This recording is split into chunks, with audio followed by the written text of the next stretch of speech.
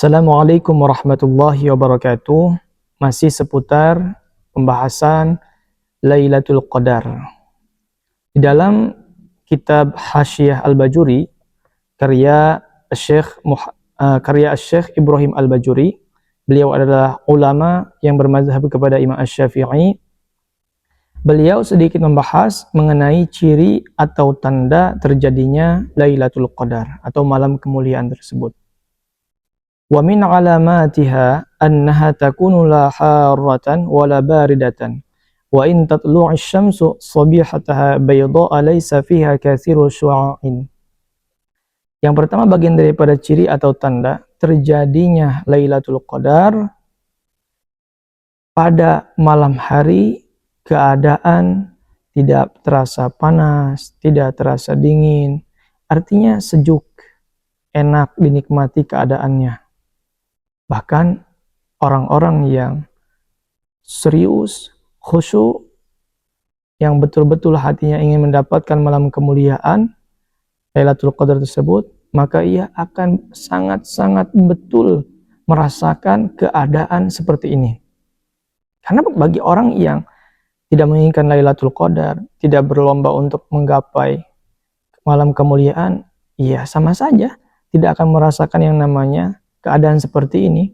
Ini hanya khusus orang-orang yang betul-betul memang ingin mendapatkan Lailatul Qadar tersebut. Dan ketika paginya, jika malam terjadi, ketika paginya itu muncul matahari, maka dalam keadaan redup, tidak terlalu terang sinarnya.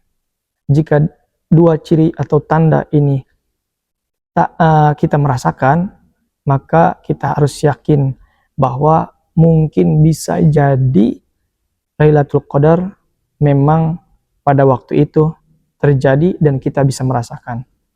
Dan Masya Allah, Tabarakallah, Qadarullah, kami melihat pembahasan dalam kitab Tanwirul Qulub karya Syekh Amin Al-Qurdi atau Syekh Muhammad Amin Al-Qurdi. Beliau juga sama ulama yang bermazhab kepada Imam Asy-Syafi'i, bahwa beliau menukil atau membahas mengenai perkataan Imam Asy-Syafi'i rahimallahu ta'ala. Wa mala imamuna Asy-Syafi'i radhiyallahu anhu ila annaha lailatu hadi aw 23. Jadi Imam Asy-Syafi'i itu beliau berpendapat lebih condong terjadinya Lailatul Qadar itu pada tanggal 21 atau tanggal 23 Ramadan. Dan ada pembahasan lain juga yang Masya Allah juga ini untuk meyakinkan kita bahwa ketika ada 10 hari terakhir bulan suci Ramadan, malam ganjilnya itu terjadi pada malam Jumat, maka kemungkinan besar itu pun bagian daripada terjadinya malam Lailatul Qadar. Masya Allah, tanggal 21 tahun ini itu bertepatan pada malam Jumat.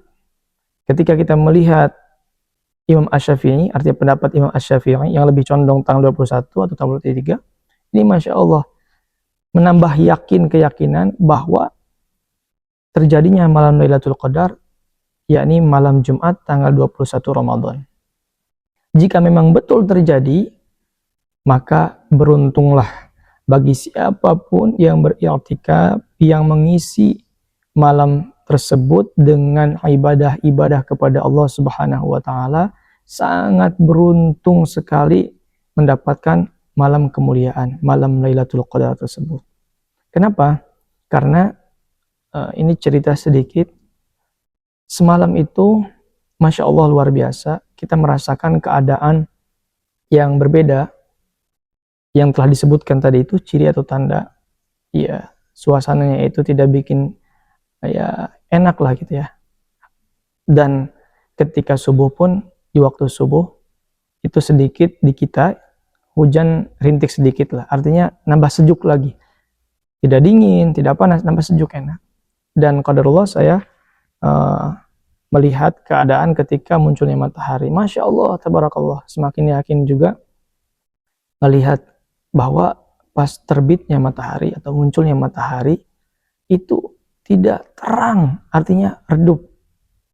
Bukan karena redup mau hujan, tapi ya tidak hujan gitu. Masya Allah, ini luar biasa.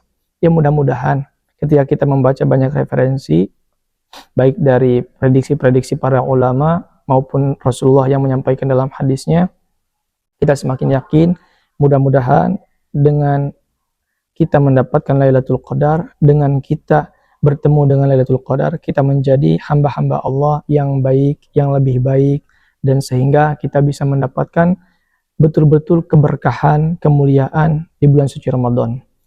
Tapi catatan penting, kita jangan dulu berbangga hati, bahkan kita yakin betul bahwa kita adalah orang yang mendapatkan Lailatul Qadar. Tidak.